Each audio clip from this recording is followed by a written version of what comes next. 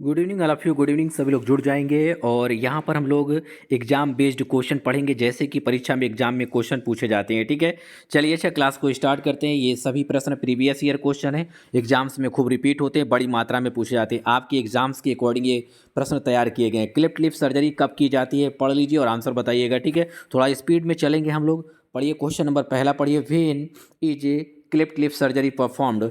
Clift lip जो surgery होती है कब की जाती है, क्वेश्चन नंबर पहला पढ़िए और उत्तर बताइएगा।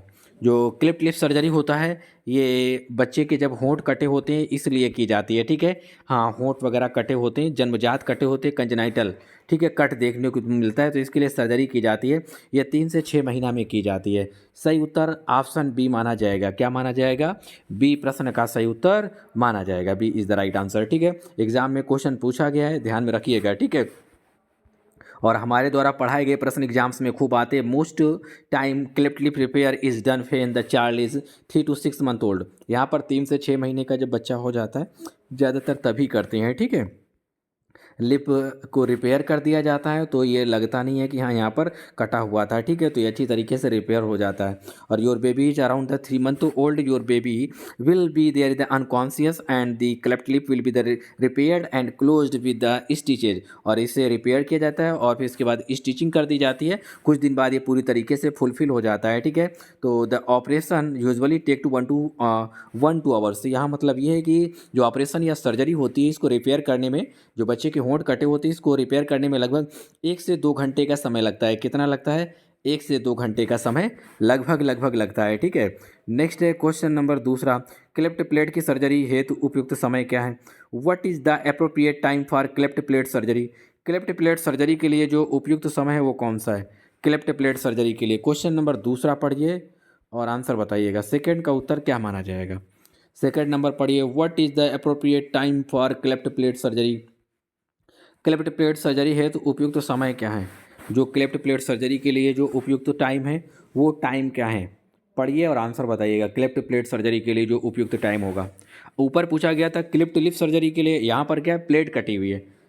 प्लेट तभी कटती, ज़्यादातर कंडीशन में क्या होता है, जब जैसे किसी का होंठ भी कटा हो और लिप भी कटी हो और प्लेट भी कटी हो। वही तालू कटा होता है, मतलब अंदर का दांत वाला एरिया है ये भी कटा होता है, प्लेट भी कटी होती है। तो अब पूछा जा रहा है कि इसके लिए सर्जरी का टाइम क्या होता है। ये लगभग 12 महीना से 18 महीना का माना जाता है। लगभग 1 से 2 साल वाला उत्तर सही माना जाएगा। डी प्रश्न का सही उत्तर माना जाएगा। D is the right answer. ठीक है, 1 से 2 साल का टाइम ये बेस्ट टाइम होता है। क्लेफ्ट प्लेट अगर किसी बच्चे की कट जाती, एक बार क्या होता है, जैसे कोई बच्चा होता है तो सिर्फ होंठ कटा होता है। ठीक है, प्लेट नहीं कटी होती। और एक कंडीशन ऐसी होती है जिसमें होंठ भी कटा होता है और प्लेट भी कटी होती है। ठीक है, अगर होंठ कटा होगा ओनली तो उसके लिए 3 महीना से 6 महीना के बीच में सर्जरी परफॉर्म करेंगे। ठीक है, और अगर लिप और प्लेट दोनों कटी होंगी, ठीक है, तो लगभग 12 महीना समय लगता है। ठीक है, 1 से 2 साल, 12 से 18 महीने के बीच के टाइम पर ये परफॉर्म किया जाता है ये सर्जरी। नेक्स्ट है क्वेश्चन नंबर तीसरा। बच्चों में पूरक आहार शुरू करने के लिए सबसे उपयुक्त समय कौन सा है? ये चुनिंदा प्रश्न है जो एग्जाम्स में पूछे जाते हैं, रिपीटेड होते हैं। सिंपल टफ हर तरीके के प्रश्न लिए गए हैं यहाँ पर। ठीक है, क्वेश्चन नंबर है तीसरा। What is the best time to start the supplementary feeding in childrens. Supplementary feeding के लिए जो सही समय होता है, पढ़ लीजिए और आंसर बताइए। बच्चों में पूरक आहार शुरू करने के लिए सबसे अच्छा समय जो होगा वो 6 महीने के बाद होता है। ठीक है, कई किताबों में 4 महीनों के बाद भी दिया गया है, कई किताबों में 4 महीने के बाद दिया गया है, लेकिन 6 महीने के बाद ही ज़्यादा, क्योंकि 6 महीने तक तो एक्सक्लूसिव ब्रेस्ट फीडिंग बताता है WHO की, सिर्फ दूध पिलाओ अपने बच्चों को। ठीक है, तो इसलिए जो 4 महीने कई बार दिया भी गया, कई जगह दिया गया, लेकिन इसके जो साक्ष्य उपलब्ध हैं वो WHO की साइट पर उपलब्ध हैं।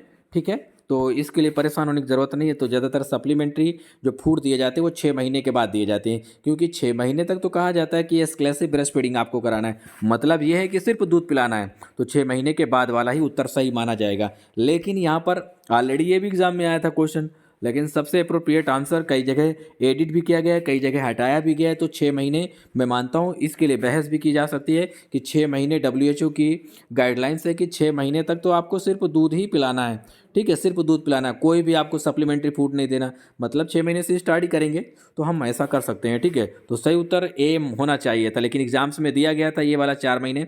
ठीक है, तो इसलिए वो दिया गया है। ठीक है, पढ़िए क्वेश्चन नंबर 4। क्योंकि 6 महीने तक सिर्फ दूध पिलाया जाता है उसे कहा जाता है exclusive breast feeding.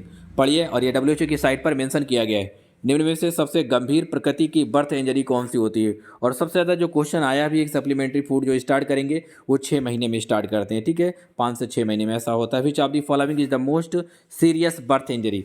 Most serious birth injury कौन सी होगी? मसल इंजरी, इंट्राक्रेनियल हैमरेज मतलब टकला में हैमरेज हो जाता है, ठीक है, इसमें टूट फूट होती है, बोन इंजरी होती है, सॉफ्ट टिश्यू इंजरी होती है। सबसे गंभीर टाइप की बर्थ इंजरी, बर्थ इंजरी का मतलब होता है कि जब बच्चा पैदा किया जाता है उस समय ये इंजरी हो सकती है, समझे? तो ये कहाँ पर इंजरी होगी तो बहुत खतरनाक मानी जाती है? इंट्राक्रेनियल इंजरी बहुत खतरनाक होती है। सही उत्तर ऑप्शन बी माना जाएगा। मतलब ये है कि जब बच्चे को पैदा किया जाता है तो उसके टकला में प्रॉब्लम्स हो सकती है, समझे? बच्चे के टकले में प्रॉब्लम हो सकती है क्योंकि वैक्यूमिंग किया जाता है। जैसे वैक्यूमिंग का मतलब ये होता है कि जैसे कोई बच्चा डिलीवर्ड होता है, ठीक है, तो यहाँ पर उसका जब हेड आउट किया जाता है, ठीक है, तो इसमें क्या होता है, नहीं हेड दिखता है तो यहाँ पर वैक्यूम लगा के उसको बाहर की तरफ को खींचा जाता है। तो कई बार क्या होता है, इंट्राक्रेनियल हैमरेज हो जाता है, समझे? कई बार क्या होता है, इंट्राक्रेनियल हैमरेज हो जाता है, तो खून वगैरह हो सकता है, हेमाटोमा हो सकता है, सिफेलो हेमाटोमा वगैरह, ठीक है, एक बड़ी कंडीशन हो सकती है। कई बार जल्दी रिजॉल्व होता है, कई बार टाइम लग जाता है। तो सबसे बड़ी इंजरी ये होती है, सिफेलो हेमाटोमा वगैरह हो सकता है, या और तो कैपेट सब्सिडेनम वगैरह देखने को मिलेगा। तो ये कई इंट्राक्रेनियल हैमरेज ज़्यादा देखने को मिलता है, मोस्ट कॉमन है, सबसे ज़्यादा यही देखा जाता है, ठीक है। नेक्स्ट है स्पाइनल कॉर्ड इंजरी में भी। नेक्स्ट है क्वेश्चन नंबर 5, फोटोथेरेपी है तो किस रंग के प्रकाश को प्राथमिकता दी जाती है? कौन से प्रकाश को प्राथमिकता दी जाती है फोटोथेरेपी जब की जाती है? और फोटोथेरेपी हम तभी किसी बच्चे में करते हैं जब जॉन्डिस की शिकायत हो, समझे? मतलब पीलिया की शिकायत हो तभी हम करते हैं, ठीक है। तो आप लोग पढ़ते रहिए और आंसर बताते रहिए, ठीक है, अपना टाइम वेस्ट मत कीजिए, सिर्फ ओनली पढ़ाई पे फोकस कीजिए आप लोग, ठीक। बातचीत तो आगे पीछे बाद में भी होती रहेंगी, ठीक। पढ़िए, फोटोथेरेपी हो तो किस रंग के प्रकाश को प्राथमिकता दी जाती है? कौन से रंग को प्राथमिकता दी जाएगी फोटोथेरेपी में? तो फोटोथेरेपी में व्हाइट और ब्लू दोनों प्रकाश को प्राथमिकता दी जाती है। सही उत्तर ऑप्शन डी माना जाएगा। क्या माना जाएगा? डी। डी प्रश्न का सही उत्तर माना जाएगा। फोटोथेरेपी हेतु जो प्रकाश इस्तेमाल करते हैं वो व्हाइट होता है, ब्लू, ये दोनों इस्तेमाल करते हैं, इसलिए सही उत्तर ऑप्शन डी माना जाएगा। क्या माना जाएगा? डी वाला उत्तर सही माना जाएगा। D is the right answer. Next है वह टीका जो बच्चों में स्थायी निशान छोड़ जाता है, उसे क्या कहते हैं? वो कौन सा टीका है जो बच्चों में स्थायी निशान छोड़ देता है? What is the vaccine that leaves permanent mark in children? पढ़ लीजिए और आंसर बताइएगा। क्वेश्चन नंबर 6 का आंसर क्या मानेंगे? हाँ, क्वेश्चन नंबर 6 पढ़िए और उत्तर बताइएगा। What is the vaccine that leaves permanent mark in children? वह टीका जो बच्चों में स्थायी निशान छोड़ जाता है, क्या कहते हैं? ये BCG है, काफ़ी सिंपल सा प्रश्न है, लेकिन एग्ज़ाम में बहुत बार रिपीट किया गया है, ठीक है। बैसिलस कैलमेटी ग्यूरिन होता है, ठीक है। तो ये निशान छोड़ देता है, BCG छोड़ देता है। स्मॉल पॉक्स भी वैक्सीन है जो कि निशान छोड़ देती है। 2 वैक्सीनें हैं जो स्कार छोड़ देती हैं। ज़्यादातर जो होगा वो BCG माना जाता है, ठीक है। अब करंट में स्मॉल पॉक्स के टीके नहीं लगाए जाते क्योंकि ये बीमारी क्या है, ख़त्म की जा चुकी है, इराडिकेटेड किया जा चुका है इस बीमारी को। आपको बताना कमेंट बॉक्स में कि इस बीमारी को कब इराडिकेट किया गया था। जो स्मॉल पॉक्स है इसका उन्मूलन किया जा चुका है इस बीमारी का, तो आपको बताना कब इसका उन्मूलन हुआ था, ठीक है। और BCG क्या होता है, 2 महीने के बाद इसके निशान बन जाते हैं। कितने महीने बाद बन जाते हैं? 2 महीने के बाद जहाँ पर लगाया जाता है, ठीक है, तो वहाँ पर इसके निशान बन जाते हैं। नेक्स्ट क्वेश्चन है NBS का प्रयोग निम्नलिखित में से किसके आकलन हेतु करते हैं? NBS इस्तेमाल करते हैं, ये लिखा है न्यू ब्लड स्कोर इस्तेमाल किया जाता है। It use as which of the following? ये दिया गया है, NBS इस्तेमाल करते हैं। NBS न्यू ब्लड स्केल का प्रयोग निम्नलिखित में से किसके आकलन हेतु करते हैं? न्यू ब्लड स्केल इस्तेमाल किया जाता है। 7वां नंबर पढ़िए और आंसर बताइएगा। न्यू ब्लड स्केल इस्तेमाल करते हैं। हाँ, न्यू ब्लड स्केल इस्तेमाल किया जाता है। आपको बताना है किसके लिए इस्तेमाल करते हैं। पढ़ते रहिएगा और अपने अपने आंसर बताते रहिए, ठीक है। न्यू ब्लड स्केल इस्तेमाल किया जाता है। तो इस प्रश्न का जो सही उत्तर माना जाएगा, न्यू ब्लड जो स्केल इस्तेमाल करते हैं, ठीक है, तो वो हम गेस्टेशनल एज का पता लगाने के लिए इस्तेमाल करते हैं। किसका पता लगाते हैं? गर्भकालीन आयु का पता लगाया जाता है कि कितने दिन की गर्भावस्था है, कि बच्चे की जो आयु कितनी हो गई, NBS इससे इस्तेमाल करते हैं, ठीक है। गर्भावस्था की एज पता करते हैं, गेस्टेशनल एज होता है। सही उत्तर ऑप्शन बी माना जाएगा, समझे? बी प्रश्न का सही उत्तर माना जाएगा। तो ये गेस्टेशनल एज, बी प्रश्न का सही आंसर माना जाएगा। B is the right answer. NBS commonly तौर पे इस्तेमाल करते हैं। दिया गया एस्टीमेट गेस्टेशनल एज का एस्टिमेशन किया जाता है। गेस्टेशनल एज का एस्टिमेशन किया जाता है, ठीक है, गेस्टेशनल एज का एस्टिमेशन करते हैं। नेक्स्ट है नवजात की अवधि कितनी होती है। What is the new born period. नवजात की अवधि कितनी होती है, पढ़िए और आंसर बताइएगा। What is the new born period. नवजात की अवधि कितनी होती है, नवजात की अवधि। पढ़िएगा क्वेश्चन नंबर 8 पढ़ लीजिए और आंसर बताइएगा। क्वेश्चन नंबर 8 का उत्तर क्या माना जाएगा, नवजात की अवधि कितनी होती है। न्यूबॉर्न का जो पीरियड होता है, neonate is also called in newborn, तो जीवन के पहले 28 दिन माने जाते हैं, ठीक है। खास करके न्यूबॉर्न पीरियड जैसे लिखा गया इसी को नियोनेट बोला जाता है। क्या बोला जाता है इसे, नियोनेट कहा जाता है। तो ये जीवन के पहले 28 दिन। सही उत्तर ऑप्शन बी माना जाएगा, B is the right answer. Okay, next है क्वेश्चन नंबर 9। राष्ट्रीय बाल नीति की घोषणा किस वर्ष की गई थी। प्रीवियस ईयर क्वेश्चन है, पढ़िए question number 9। In which year was the national children's policy announced. राष्ट्रीय बाल नीति की घोषणा की गई थी, आपको बताना है कब की गई थी राष्ट्रीय बाल नीति की घोषणा। पढ़िए और आंसर बताइएगा। In which year was the national children's policy announced. राष्ट्रीय बाल नीति की घोषणा किस वर्ष की गई थी। तो प्रश्न का सही उत्तर माना जाएगा 1974 में की गई थी। अभी ये क्वेश्चन पूछा गया था एक परीक्षा में, ठीक है। National policy for childrens, national policy for childrens ये 1974 में की गई थी, ठीक है। यहाँ पर दिया भी गया है। Government has adopted a new national policy for childrens, ये नई वाली 2013 में आई थी, 26 अप्रैल 2013 को, ठीक है। तो ये नया वाला है, पहले 1974 में ही आ चुका है। ओके, नेक्स्ट है दूध के दांतों की संख्या कितनी होती है। What is the number of the milk teeth. दूध के दांत कितने पाए जाते हैं, ठीक है। पढ़ते रहिए और अपने अपने आंसर बताते रहिएगा। क्या माना जाएगा प्रश्न का सही उत्तर। ओके, हाँ, पढ़ते रहेंगे आप लोग और अपने अपने आंसर बताते रहेंगे। हाँ, इस प्रश्न का सही उत्तर क्या माना जाएगा। वेरी गुड, बहुत बढ़िया। हाँ, क्या माना जाएगा, दूध के दांतों की संख्या कितनी होती है। What is the number of milk teeth. तो प्रश्न का जो सही उत्तर माना जाएगा ये 20 होती है। कितनी होती है, 20। ये दूध के दांत होते हैं, प्राइमरी दांत होते हैं, प्राथमिक दांत कहे जाते हैं इसी को। ओके, डेसिडस टीथ कहा जाता है, सही उत्तर बी वाला माना जाएगा। पड़पाती दांत हिंदी में कहा जाता है, ठीक है।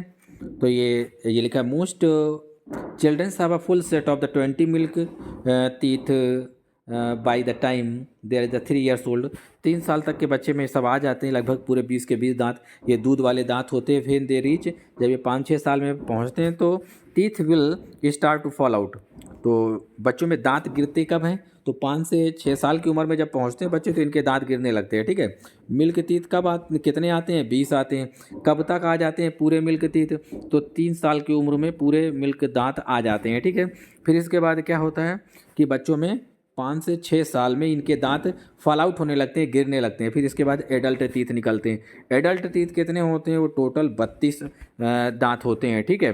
अब आपको बताना इंसाइजर कितने होते हैं, प्रीमोलर कितने होते हैं, विजडम टीथ कितने होते हैं, आप हमें कमेंट बॉक्स में बताइए। एक क्वेश्चन और आपके लिए है कि डेंटल फार्मूला क्या होता है चाइल्ड के लिए, ठीक है, चिल्ड्रंस के लिए। डेंटल फार्मूला, दांत का सूत्र क्या होता है, आपसे पूछ रहे हैं हम पूछ रहे हैं आपसे कि डेंटल फार्मूला क्या होता है चिल्ड्रंस के लिए।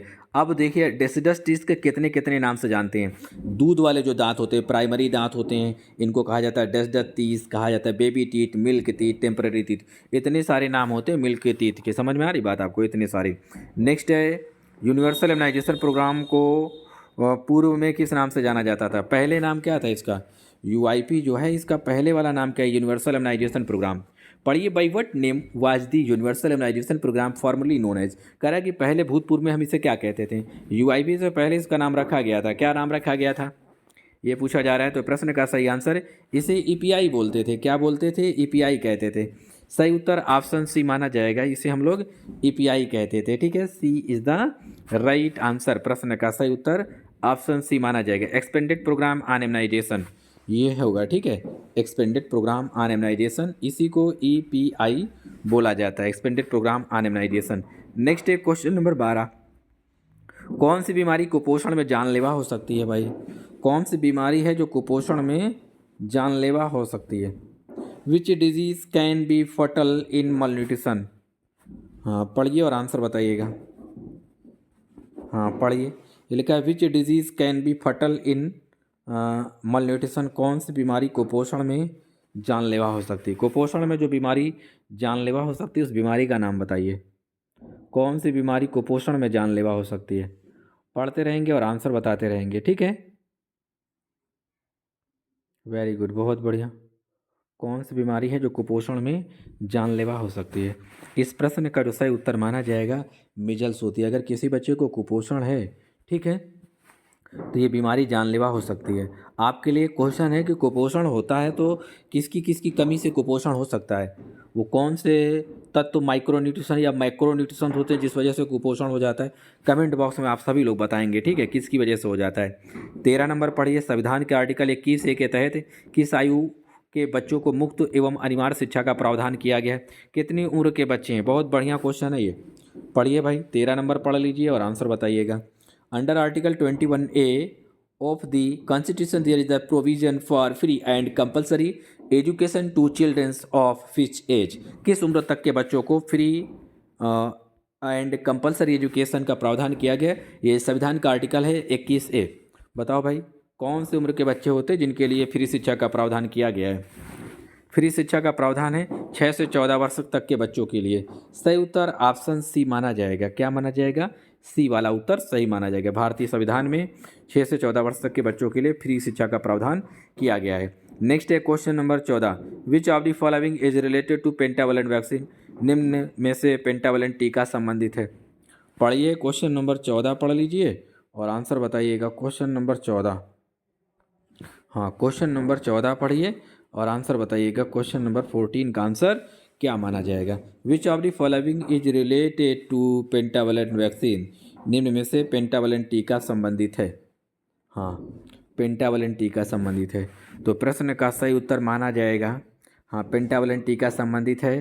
तो ये 5 टीका आते हैं इसमें, ठीक है, जैसे diphtheria, tetanus, pertussis, hepatitis B, influenza type B, ठीक है। तो सही उत्तर विकल्प बी माना जाएगा। क्या माना जाएगा? विकल्प बी पूरी तरीके से सही आंसर होगा। डिप्थीरिया आएगा, डीपीटी आता है, ठीक है, हाँ सॉरी, ये क्या आएगा? डीपीटी आ जाएगा और हेपेटाइटिस बी आ जाएगा ये, और आपका HIV आता है। इसको HIV को हेमोफिलस इन्फ्लुएंजा टाइप बी बोला जाता है, ठीक है। हाँ, वही चीज़ें यहाँ पर लिखी गई हैं, ये दिया गया सारा सब कुछ। ओके, चलिए अच्छा, विज्ञापन पर ध्यान दीजिए। जो भी स्टूडेंट ऑनलाइन पेड क्लासेज लेना चाहते हैं, ऐसे में आप लोग PDF नोट्स GS इंडिया के परचेज कर लीजिए, ठीक है। बड़ी अच्छी तरीके से PDF नोट्स तैयार किए गए हैं, सब्जेक्ट वाइज भी मिल जाएंगे, प्रैक्टिस के लिए भी प्रैक्टिस सेट टाइप में मिल जाएंगे आपको, ठीक है। उनके आंसर भी लिखे होंगे नीचे, ठीक है। तो ये PDF अगर पढ़ लेंगे तो आपका काम हो जाएगा, समझे, क्योंकि जो हमारे PDF में एग्जाम्स में खूब पूछे जाते हैं क्वेश्चन, ठीक है। तो PDF नोट्स ले सकते हो, रिकॉर्डेड क्लासेज ले सकते हो, या जिनको लाइव भी पढ़ना है तो 1 महीने अच्छी तरीके से पढ़ लीजिएगा GS इंडिया में। ये नंबर हमारा व्हाट्सअप नंबर है, गूगल पे, PhonePe, Paytm number, calling number. आप अपना नाम और ज़िले का नाम लिखकर हमें व्हाट्सअप कीजिएगा, ठीक है। अगर आप A&M के PDF नोट्स लेना चाहते हो तो बड़े बेहतरीन हैं आपके लिए, ठीक है। थोड़े से महंगे हमारे ज़रूर होते हैं, लेकिन डेटा हमारा काफ़ी ज़्यादा डेटा हम प्रोवाइड करते हैं, समझे, बड़ी मात्रा में क्वेश्चन प्रोवाइड करते हैं। PDF नोट्स वगैरह में खूब सारे क्वेश्चन देते हैं और सिलेक्टिव क्वेश्चन देते हैं जो एग्जाम्स में आते हैं, पूछे जाते हैं। सिलेबस वाले भी क्वेश्चन मिल जाएंगे आपको और प्रैक्टिस के लिए भी क्वेश्चन मिल जाएंगे। तो PDF नोट्स आप ज़्यादा से ज़्यादा जो भी स्टूडेंट परचेज करना चाहते हैं, पढ़ना चाहते हैं, अपना समय कम है, नहीं है समय, तो आप 5-5, 10-10 मिनट में भी एक PDF पढ़ सकते हो आराम से। अच्छी तरीके से डिजाइनेटेड PDF हैं GS इंडिया के, ठीक है। पढ़िए क्वेश्चन नंबर 15। WHO के अनुसार हम कोर्स का भी सिलेबस आपको प्रोवाइड कर देते हैं PDF में, और प्रैक्टिस के लिए भी ऐसे क्वेश्चन प्रोवाइड कर देते हैं आपको जो एग्जाम्स में आ चुके होते हैं, ठीक है, प्रीवियस ईयर, और हिंदी इंग्लिश में ट्रांसलेटेड होते हैं। 15 नंबर, WHO के अनुसार दस्त रोग हेतु निम्नलिखित में से किसकी सलाह दी जाती है? अगर किसी को दस्त हो जाता है तो अकॉर्डिंग टू WHO हम रिकमेंडेड करेंगे डायरिया वाले बच्चे को, क्या रिकमेंडेड करते हैं? 15 नंबर पढ़ लीजिए और आंसर बताइएगा। रिकमेंडेशन किया जाता है, क्या रिकमेंडेशन करते हैं? तो प्रश्न का जो सही उत्तर माना जाएगा ORS प्लस जिंक। क्या होगा? ORS प्लस जिंक होगा, ठीक है। हाँ, WHO के अनुसार दस्त रोग हेतु निम्न में से किसकी सलाह दी जाती है? तो ORS प्लस जिंक की सलाह दी जाती है। किसकी सलाह देते हैं? ORS प्लस जिंक की सलाह दी जाती है, ठीक है। यहाँ पर दिया गया ईट सम हाई पोटेशियम फूड। कुछ भोजन ऐसे होते हैं, कुछ फूड होते हैं जिनमें हाई पोटेशियम पाया जाता है। पोटैटो, ये लिखा है पोटैटो विदाउट स्किन, बिना स्किन के अगर खाओगे तो इसमें भी पोटेशियम वगैरह मिल जाता है। मतलब छिलका समेत खाना है आपको। जो खाते हो आप, आलू खाते हो तो छिलका के साथ खाओ। एंड फ्रूट जूसेज सैल्टी फूड भी खा सकते हो आप अगर आपको डायरिया वगैरह होता है या आपके बच्चे को होता है। ओके, नेक्स्ट है क्वेश्चन नंबर 16, निम्नलिखित में से 4 से 6 अबगार स्कोर क्या इंगित करता है? अगर किसी का अबगार स्कोर 4 से 6 के बीच में आता है तो बताओ क्या इंगित करता है? आप कमेंट बॉक्स में बताओ कि टोटल स्कोर कितना होता है। अबगार स्कोर का जो स्कोर होता है टोटल स्कोर वो कितना होता है अबगार स्कोर में? हाँ, तो पढ़िए और आंसर बताइए। विच of the following indicate 4 to 6 Apgar score, 4 से 6 अबगार स्कोर होता है। ये मॉडरेट डिस्ट्रेस होता है। कितना होता है? Moderate distress.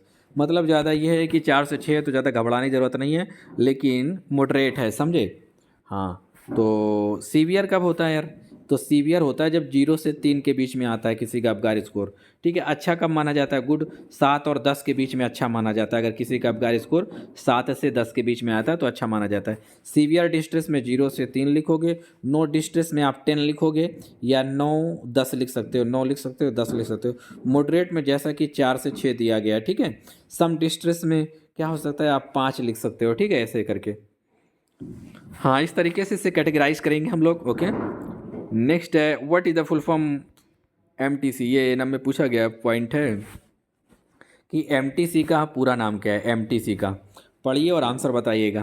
क्वेश्चन नंबर 17 पढ़िए और आंसर बताइए। पढ़ लीजिएगा भाई। 17 number question. PDF notes purchase करने के लिए आप जीएस इंडिया के इस नंबर पर संपर्क करेंगे, ठीक है। और हमारे पीडीएफ नोट बहुत अच्छी तरीके से डिजाइनेटेड है। अगर आपके पास समय कम है, टाइम कम है, जॉब करते, नौकरी करते, घर में मतलब शादी हो गई आपकी, ठीक है, वो 2-4 बच्चे हैं आपके पास, या समय नहीं मिलता, या ससुराल में ज़्यादा काम रहता है, मायके में ज़्यादा काम है, तो आप पीडीएफ नोट्स जीएस इंडिया के परचेज कर लीजिए, ठीक है। हाँ, तो इस नंबर पर आप संपर्क करेंगे, अपना नाम, ज़िले का नाम लिखकर व्हाट्सअप कीजिएगा, आपको डेटा मिल जाएगा। आप डेटा को प्रिंट भी कर सकते हो, ठीक है। तो पढ़िए, या रिकॉर्डेड क्लासेज आप लेना चाहते हो, या रिकॉर्डेड क्लासेज पीडीएफ नोट्स लेना चाहते हो तो बहुत बेस्ट है आपके लिए। बाकी बहुत कम समय है तो पीडीएफ नोट्स परचेज कर लो। पूरा सिलेबस, पूरा डेटा आपको अच्छी तरीके से प्रोवाइड कर दिया जाएगा। एमटीसी का पूरा नाम होता है मल न्यूट्रिशन ट्रीटमेंट सेंटर होता है। सही उत्तर विकल्प बी माना जाएगा। क्या माना जाएगा? विकल्प बी। मल न्यूट्रिशन ट्रीटमेंट सेंटर होता है एमटीसी। ओके, हाँ, तो ये झारखंड में योजना स्टार्ट की गई थी। कहाँ स्टार्ट की गई थी? झारखंड में स्टार्ट की गई थी। नेक्स्ट है क्वेश्चन नंबर 18, फ्लैग साइन किस रोग का सूचक है? Flag sign is an indicator of which disease. Flag sign देखने को मिलता है। हाँ, पढ़िए और आंसर बताइए। फ्लैग साइन देखा जाता है। हाँ, फ्लैग साइन देखने को मिलता है। तो फ्लैग साइन किस रोग का सूचक होता है? ये जो झंडा साइन होता है ये देखा जाता है क्वाशरकर में। क्वाशरकर जो बीमारी होती है प्रोटीन की कमी से हो जाती है। किसकी कमी से होती है? प्रोटीन की कमी से हो जाती है, ठीक है।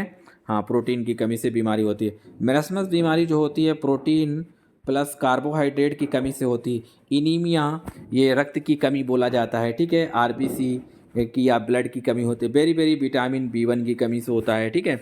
ये ध्यान रखिएगा फैक्ट आप। माँ के दूध को कमरे के तापमान पर कितने घंटे तक रखा जा सकता है? How many hours can breast milk be stored at room temperature. Room temperature पर रख सकते हैं। माँ के दूध को कमरे के तापमान पर कितने घंटे तक रखा जा सकता है? How many hours can breast milk be stored at room temperature. 19 number पढ़िए और आंसर बताइएगा। 19 का आंसर क्या माना जाएगा? हाँ, क्वेश्चन नंबर 19 पढ़िए। माँ के दूध को कमरे के तापमान पर कितने घंटे तक रखा जा सकता है? हाँ, तो ये 4 घंटे तक रखा जा सकता है। कितने घंटे तक? 4 घंटे तक। इसका मतलब ये होता है यहाँ पर, इस क्वेश्चन का जो मतलब ये है कि ह्यूमन ब्रेस्ट मिल्क को स्क्वीज किया जाएगा। क्या किया जाएगा? स्क्वीज, मतलब ब्रेस्ट से इसे निकाल दिया जाएगा। समझ में आ रही बात? ब्रेस्ट से निकाल के इसे अगर ग्लास में रख रहे हो या कप में जिसमें भी रख रहे हो तो इसे आप रूम के टेम्परेचर पे कितनी देर तक रख सकते हो? तो 4 घंटे तक आप इसे रख सकते हो। कितने घंटे तक? 4 घंटे तक। विकल्प बी प्रश्न का सही उत्तर माना जाएगा। 4 घंटे तक आप इसे रख सकते हो, ठीक है। दिया भी गया है यहाँ पर कि आप इसे रूम टेम्परेचर पे 77 फ़ारेनहाइट पे आप इसे रख सकते हो, ठीक है। रेफ्रिजरेटर में लिखा है कि 4 दिन तक रख सकते हो। फ्रीजर में इसे 6 महीने तक रखा जा सकता है, ठीक है। और एक्सेप्टेबल डेटा में इसे 12 महीने तक भी ये मान्य होता है, ठीक है। 6 से 12 महीने फ्रीजर में रख सकते हो जिसमें सारी चीज़ें जम जाती हैं, समझे। जैसे दूध होगा तो ये जम जाएगा। और जो रेफ्रिजरेटर में रखोगे जैसे ओपन जैसे पानी वगैरह रखते हो तो ये 4 दिन तक आराम से रख के अपना पियो, आप भी पियो, बच्चों को पिलाओ, समझे। अरे सॉरी, बच्चों को पिलाओ सिर्फ, हाँ कि नहीं, बच्चे के लिए चारा कम हो जाएगा। क्वेश्चन नंबर 20 पढ़िए और आंसर बताइए। 3D किस रोग के सूचक हैं? 3D पढ़ लीजिए और आंसर बताइए। 3D किस रोग के सूचक हैं? 3D डर्मेटाइटिस, एक डी, दूसरा डी का मतलब होता है डिमेंशिया, एक डी होता है डायरिया, एक और चौथा डी होता है जिसे डेथ बोला जाता है।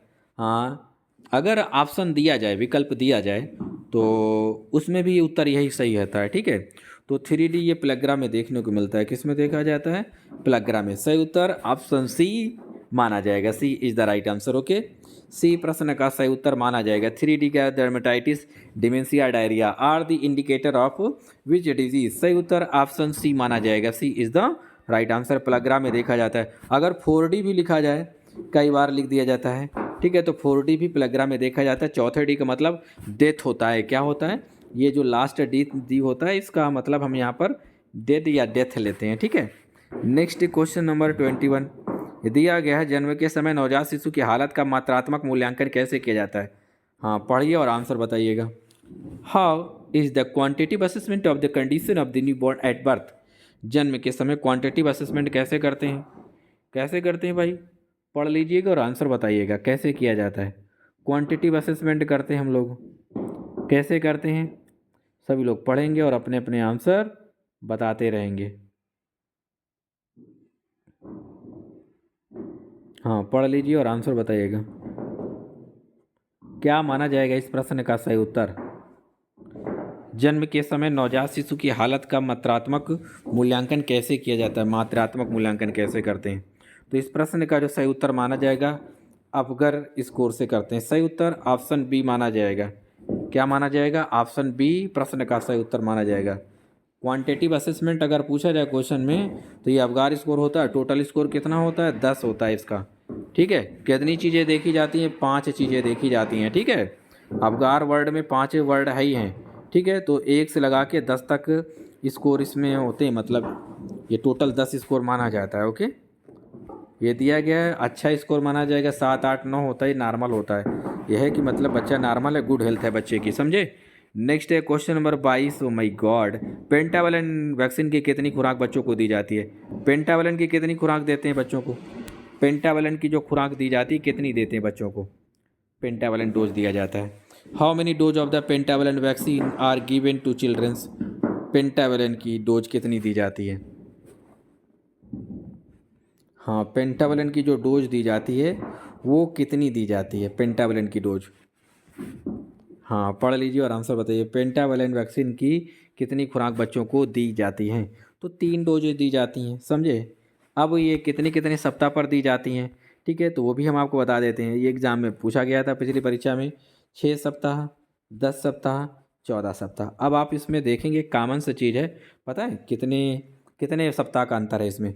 तो 4 सप्ताह का अंतर है सबके बीच में, समझे। पहले डोज 6, 4, 10, 4 सप्ताह का अंतर, 10, 4, 14। ठीक है, 4, 4 सप्ताह का अंतर है, समझे। तो 6, 10, 14, 6 सप्ताह, 10 सप्ताह, 14 सप्ताह, इस प्रकार से पेंटावलन वैक्सीन की खुराक बच्चों को दी जाती है। समझ में आ रही बात आपको? हाँ, तो 6 सप्ताह, 10 सप्ताह, 14 सप्ताह, इस प्रकार से दी जाती हैं। ओके, हाँ, इस प्रकार से दी जाती हैं। ओके, तो ये आपको ध्यान में रखना है।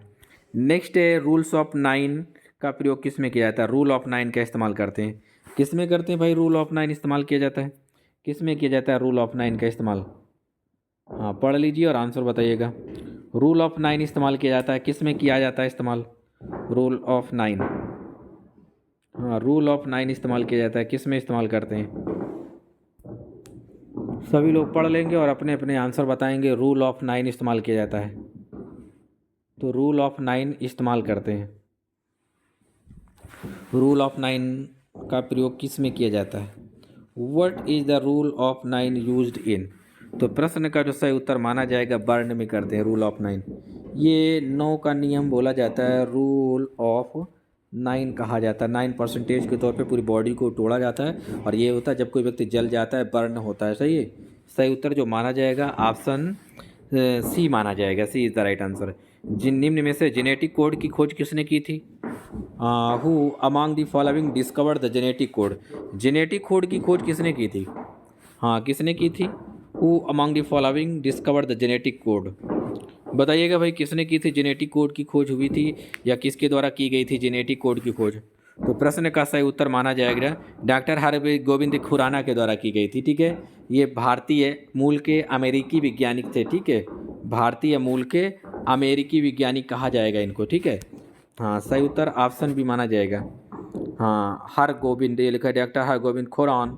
और Marshall Nirenberg won the Nobel prize in 1968 for deciphering the genetic code. इन्होंने डिस्पर किया था और 2 आदमी को नोबेल पुरस्कार मिला था।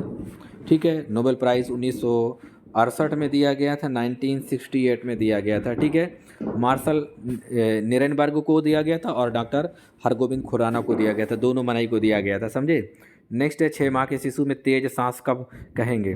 सेम जो 6 महीने का बच्चा होता है इसमें हम तेज सांस कब कहते हैं बच्चे में कि हाँ तेज सांस है? पढ़ लीजिए और आंसर बताइए। फिर विल यू से फास्ट ब्रीथ इन अ 6 मंथ ओल्ड बेबी? 6 माह के शिशु में तेज सांस कब कहेंगे? तेज सांस कब कहा जाता है 6 माह के बच्चे में कि हाँ भाई बच्चे में तेज सांस है? तो तेज सांस कब कहेंगे? पढ़िए और आंसर बताइएगा। तेज सांस तब कहा जाता है जब इसकी सांसें प्रति 100 प्रति मिनट से ज़्यादा होती हैं। सही उत्तर ऑप्शन सी माना जाएगा। ठीक है, हाँ 6 माह के शिशु में। और नवजात शिशु जो होता है तो उसमें जो श्वसन गति होती है वो 30 से 60 होती है पर मिनट में। कितनी होती है? 30 से 60 होती है ब्रीदिंग पर मिनट। समझे, इतनी होती है। अब ये 6 महीने का हो गया तो इसमें थोड़ा सा कम हो जाएगा। समझे, हाँ तो ये लगभग 30 और 40 के बीच में पहुंच जाएगा 6 महीना में। समझे, इतना हो जाएगा। अब ये 50 से ज़्यादा हो जाएगी तो समस्या है, 50 से ज़्यादा है तो मतलब दिक्कत है। ठीक है, तो इसे टेकैप्नी कहा जाएगा। क्या कहते हैं इस कंडीशन को?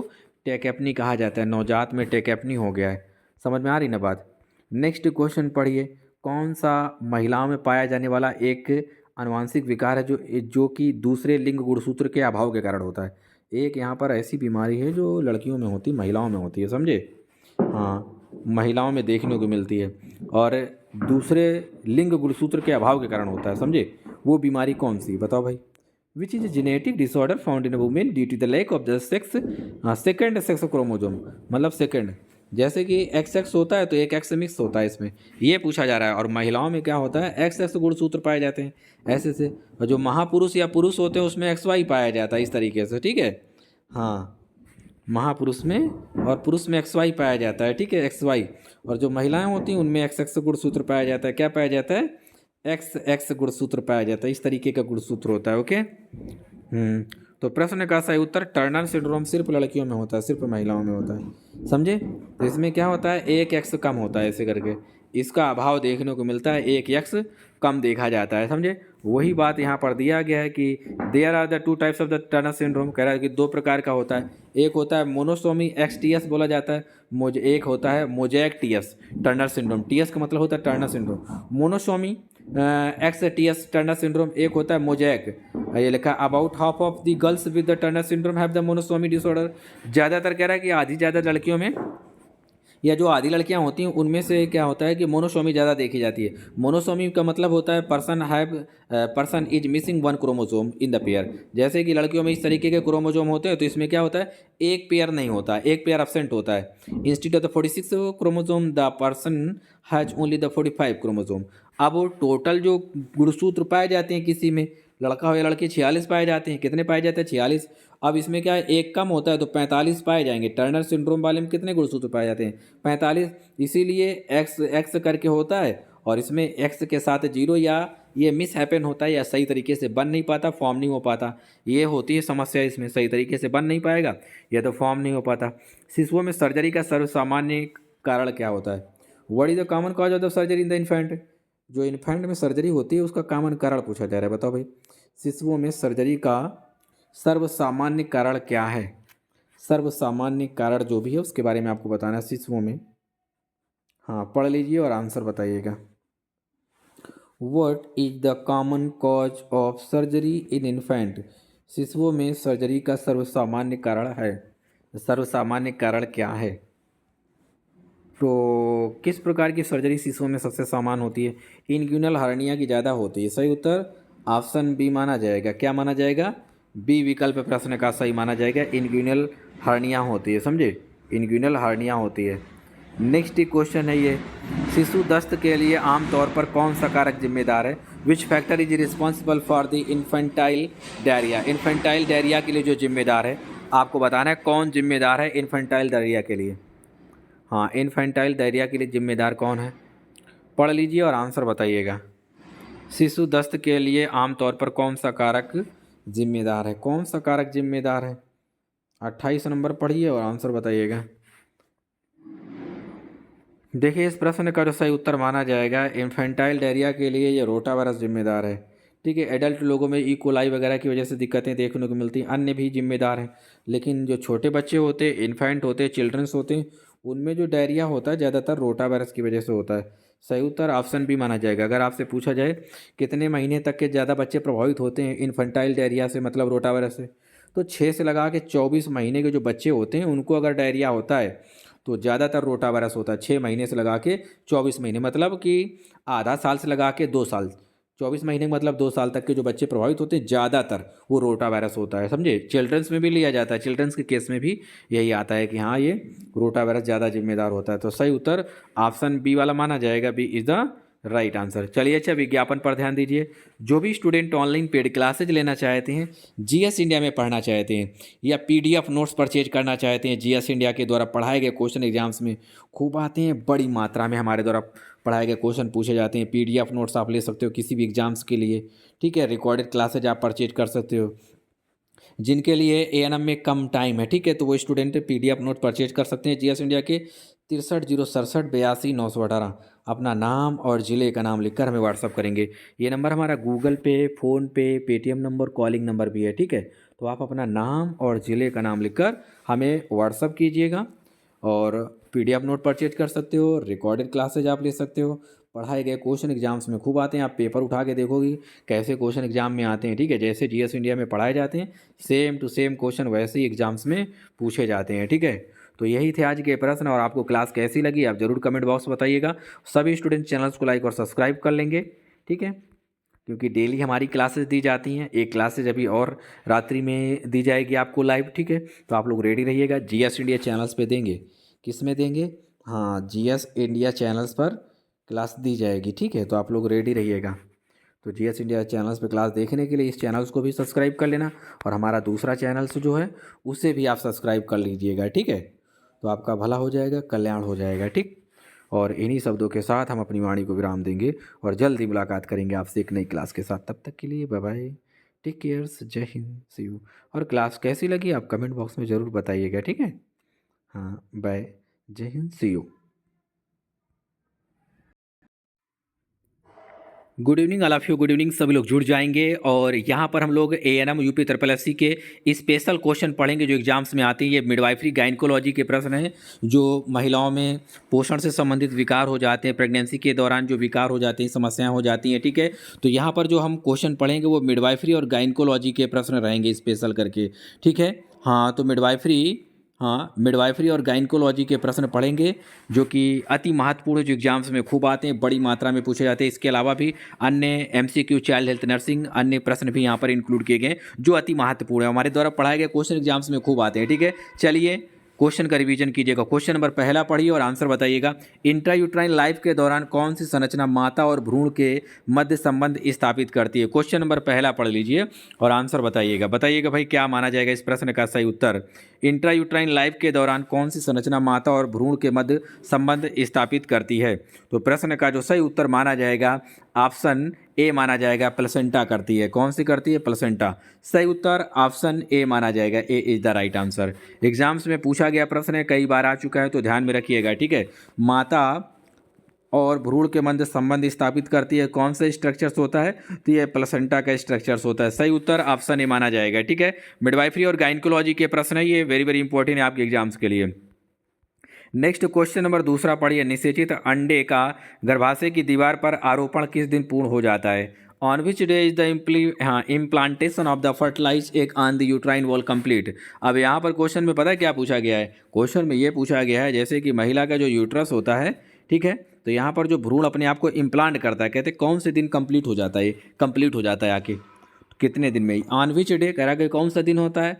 Is the implantation of the fertilize egg, जो अंडा फैलोपियन ट्यूब में फर्टिलाइज होता है, फिर इसके बाद क्या करता है? यूट्रस की दीवार, इसके लिए लिखा गया यूट्राइन वॉल कंप्लीट, यूट्रस की दीवार में आके अपने आप को जोड़ लेता है, चिपका लेता है। पोस्टीरियर पार्ट ऑफ द, हाँ, posterior wall of the uterus कहाँ पर करता है? इंटीरियर या पोस्टीरियर में? एग्जामिनर ने ये पूछा क्वेश्चन एक बार कि बताओ भाई, जब फर्टिलाइज अंडा आता है तो वो कहाँ पर चिपकता है, कहाँ पर इम्प्लांट करेगा? Interior wall of the uterus या posterior wall of the uterus? तो आपका उत्तर होगा posterior wall of the uterus, मतलब पीछे वाली दीवार में चिपकता है, जैसा कि आप इमेज में देख रहे हैं। तो ये 11वें दिन आ जाता है। सही उत्तर ऑप्शन सी माना जाएगा। क्वेश्चन फिर से पढ़ लो एक बार ताकि समझ में आ जाए। निषेचित अंडा, निषेचित मतलब होता है फर्टिलाइज अंडा। जब स्पर्म और अंडा आपस में मिल जाते हैं, इसको कहा जाता है फर्टिलाइज्ड एग। ठीक है, निषेचित अंडा गर्भाशय की दीवार पर आरोपण किस दिन पूरा करता है? तो ये 11वें दिन लगभग पूरा कर लेता है। सही उत्तर ऑप्शन सी माना जाएगा। C is the right answer. जो भी शब्द या टर्म आपको टफ लगे, कठिन लगे, तो मुझे बताइएगा, ठीक है? हम उसे डिटेलिया देंगे और सिंपल कर देंगे, समझे? पढ़िए क्वेश्चन नंबर 3 पढ़ लीजिएगा। हाँ, सामान्य प्रसव नॉर्मल लेबर के कितने दिनों पश्चात महिलाओं को अस्पताल से डिस्चार्ज किया जाता है? अगर किसी महिला की कोई नॉर्मल डिलीवरी हुई है, समझे, तो उसको कितने समय पश्चात हॉस्पिटल से डिस्चार्ज कर दिया जाता है, समझे? ये पूछा जा रहा है, समझे? ये गोलू मोलू जब बाहर आ जाता है, फिर इसके बाद क्या करते हैं? नॉर्मल डिलीवरी होती है तो डिस्चार्ज कर देते हैं। लगभग कब डिस्चार्ज कर देते हैं? बहुत सिंपल सा प्रश्न है। 24 से 48 घंटे लिए जाते हैं। कितने घंटे लिए जाते हैं? नॉर्मल में डिस्चार्ज कर दिया जाता है 24 से 48 घंटे। ये चीज़ आप देख सकते हो किसी भी CSC PSC में अगर जाओगे तो आपको पता चलेगा। CSC या PSC में तो 24 से 48 घंटे में क्या करते हैं? डिस्चार्ज कर देते हैं। 24 घंटा मतलब एक दिन, 48 2 दिन मतलब 48 घंटा। वही उत्तर ऑप्शन डी में दिया गया है। किधर दिया गया है? ऑप्शन डी में दिया गया है। D is the right answer. Normal तरीके से अगर वाजाइनल बर्थ होता है तो आराम से हो जाता है। आप बताओ, अगर नॉर्मल डिलीवरी किसी की होगी तो किस पोजीशन में महिला को लेटाया जाता है? नॉर्मल अगर डिलीवरी होती है तो किस पोजीशन में महिला को लिटाया जाता है? कौन सी पोजीशन होती है जिस पोजीशन में महिला को लिटाया जाता है? आप कमेंट बॉक्स में बताएंगे, ठीक है? तो यहाँ पर दिया गया नेक्स्ट क्वेश्चन है 4 नंबर। परिपक्व प्लेसेंटा में रक्त आयतन की मात्रा लगभग कितनी होती है?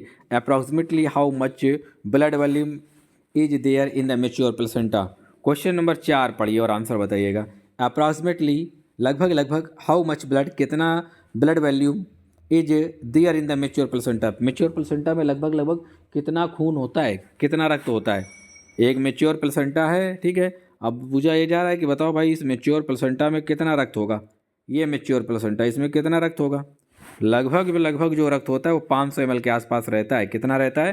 500 ml। सही उत्तर ऑप्शन ए माना जाएगा। क्या माना जाएगा? विकल्प ए प्रश्न का सही उत्तर माना जाएगा। A is the right answer. प्रश्न का सही उत्तर ऑप्शन ए वाला माना जाएगा। A is the right answer. Next point यहाँ पर लिखा है मेच्योर प्लेसेंटा की जो डायमीटर होता है वो 20 से या 22 सेंटीमीटर होता है। कितना होता है? 20 या 22 सेंटीमीटर।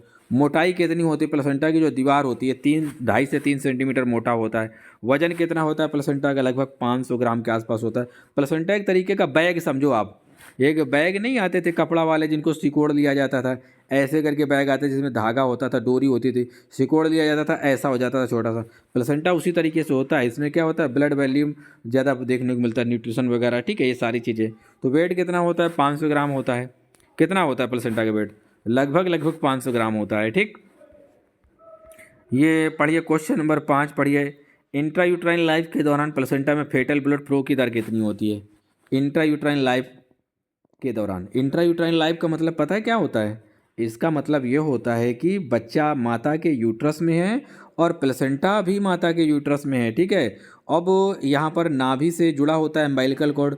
अब कह रहा है कि बताओ इंट्रायूट्राइन लाइफ के दौरान प्लेसेंटा में ब्लड फ्लो कितना होता है? प्लेसेंटा और इसके अम्बिलिकल कॉर्ड के बीच में जो ब्लड फ्लो की मात्रा होती है वो कितनी होती है पर मिनट पूछा जा रहा है, समझे? The rate of fetal blood flow, फेटलवा में ब्लड फ्लो होता है इन द प्लेसेंटा में देखा जाता है during the intrauterine life approximately लगभग कितना होता है, ये पूछा जा रहा है। तो प्रश्न का जो सही उत्तर माना जाएगा वो ऑप्शन ए माना जाएगा। 400 ml पर मिनट होता है।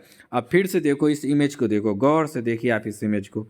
ये जो आप इमेज देख रहे हैं इमेज, ठीक है, तो ये प्लेसेंटा है। अब यहाँ पर पूछा जा रहा है कि कितना ब्लड फ्लो होगा पर मिनट में? लगभग 400 ml होता है पर मिनट में। कितना होता है? 4 मिनट में, सॉरी पर मिनट के हिसाब से 4 ml होता है, 400 ml होता है, 400 लगभग आधा किलो में थोड़ा सा कम, 100 ग्राम के आसपास। नेक्स्ट है क्वेश्चन नंबर 6। क्वेश्चन नंबर 6 पढ़ेंगे आप। ये लिया गया है, सामान्य स्थिति में टर्म पर एमनेटिक द्रव का रंग होता है। What is the colour of the amniotic fluid in the normal state of the term. पढ़िए, what is the colour of the amniotic fluid. Amniotic fluid का कलर कैसा होता है नॉर्मल स्टेट में, सामान्य अवस्था में, सामान्य स्थिति में टर्म पर एमनेटिक द्रव का कलर कैसा होगा, किस तरीके का कलर पाया जाता है, ये पूछा जा रहा है आपसे। कैसा कलर होता है भाई, तो इस प्रश्न का जो सही उत्तर माना जाएगा किस तरीके का कलर पाया जाता है, तो इस प्रश्न का सही उत्तर जो माना जाएगा वो पेल एस्ट्रा कलर होता है। सही उत्तर ऑप्शन ए माना जाएगा। क्या माना जाएगा, विकल्प ए। विकल्प ए प्रश्न का सही उत्तर है। ये पीला भूसा के समान देखने को मिलता है, ठीक है। सही उत्तर ऑप्शन ए माना जाएगा, A is the right answer. Okay, हाँ, पेल एस्ट्रा कलर होता है, इसी को बोला जाता है क्लीन, हाँ क्लीन होता है, वाटर लाइक कलर होगा, ठीक है। पेलिएस्ट्रा कलर होता है, टिल्टेड होता है, ये स्लाइटली येलोविश कलर होता है, ठीक है। क्लियर टिंटेड कलर ऐसे बोला जाता है, ठीक है, ये ध्यान रखना है। Question number 7। RH असंगतता के दौरान एमनेटिक फ्लूइड का रंग होता है, कैसा होता है। अगर किसी भी माता में से RH असंगतता देखने को मिलती है बच्चे के साथ, ठीक है, तो अब कह रहा है कि आप बताओ कलर कैसा होगा। RH असंगतता में कलर कैसा देखने को मिलता है।